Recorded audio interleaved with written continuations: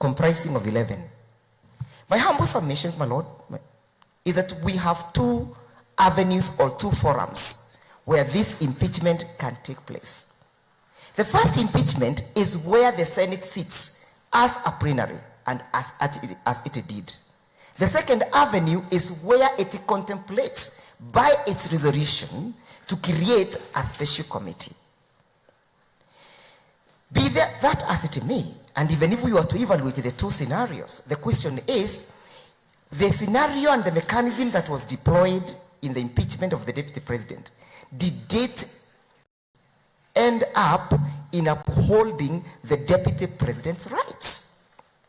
Your Lordship, it's my humble submissions that the Senate could equally impeach the deputy president through a plenary. But when initiating this plenary mechanism, the Constitution, the standing orders requires that there be a modification so that this modification will put into place the rules of procedure to ensure that fair hearing is achieved.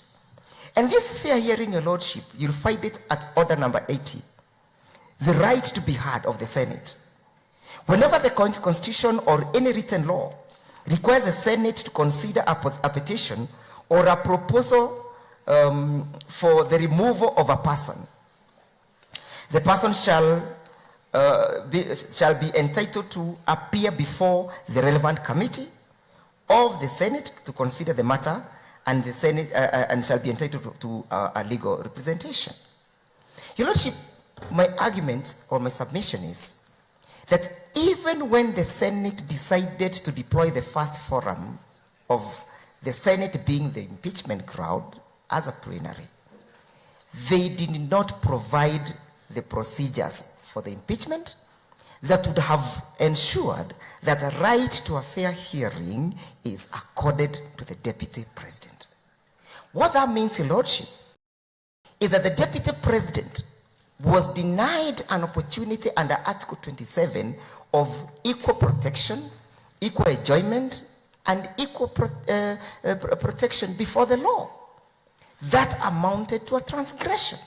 It amounted to infringement. It amounted to a violation.